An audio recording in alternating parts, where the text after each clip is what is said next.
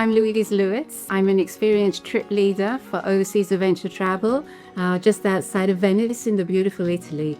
So the thing that inspired me to become a trip experience leader was to travel the world, which has always been my passion, and people. I just love people, and what more could I have? I put it together, and here I am. I do have people, my travelers, who it's probably their first time. And when we sort of introduce them to the group at the welcome briefing, and then we get the walking tours where they're learning and discovering. And then when we go to the day in the life experience or the home hosted family, wow, they love that.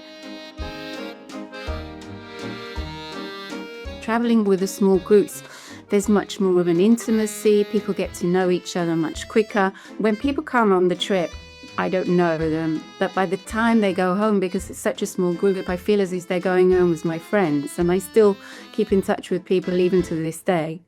One of the things that I love about my role is getting everybody to bond at the beginning of the trip, when everybody is sort of, being very prim and proper, as they say.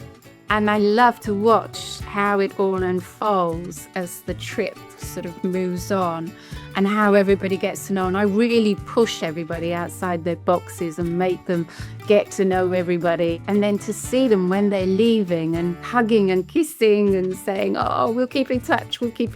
They completely change is quite incredible.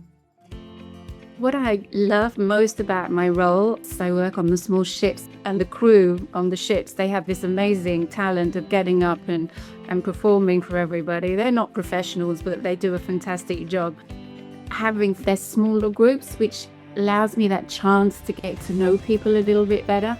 And with the ships, you're waking up in a different port practically every day. And it's just a treasure chest of things to do and explore and learn and discover.